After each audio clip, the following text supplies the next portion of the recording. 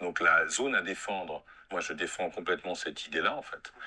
Après, dans la zone à défendre, les modes de vie doivent être des modes de vie radicalement différents. Et forcément, on n'y arrive pas en un clin d'œil parce qu'on pense depuis le capitalisme avec des affects capitalistes, avec des craintes capitalistes. Tout à l'heure, on parlait justement juste avant avec Aminata. Je parlais de la crainte de pas. Oui, mais ces craintes-là, elles sont structurées par le mode de vie dans lequel on est. Donc, même nos affects, même nos désirs sont structurés. Et ça, c'est le.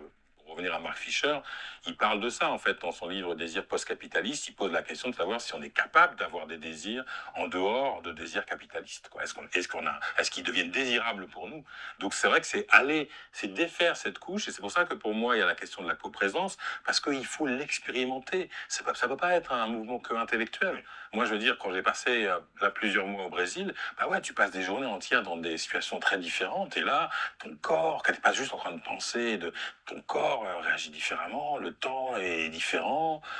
J'étais dans les cérémonies, dans les terreiros, où, voilà, où l'ancienne accueille l'esprit dans son corps et vient te voir, mais c'est pas elle, mais c'est l'esprit qui vient te voir, et qui sont des choses qui sont des rituels de type sacré, mais très très loin des systèmes religieux et de leur organisation sociale telle qu'on les vit là, qui sont des systèmes de vie, de sensations, dans lesquels pour moi en fait il faut les vivre en fait. Et donc une ZAD, tous les gens qui l'ont fait, mais c'est comme une manif à une échelle plus petite, c'est un moment de vie, et de ce moment de vie tu dis waouh, il s'est passé un truc là.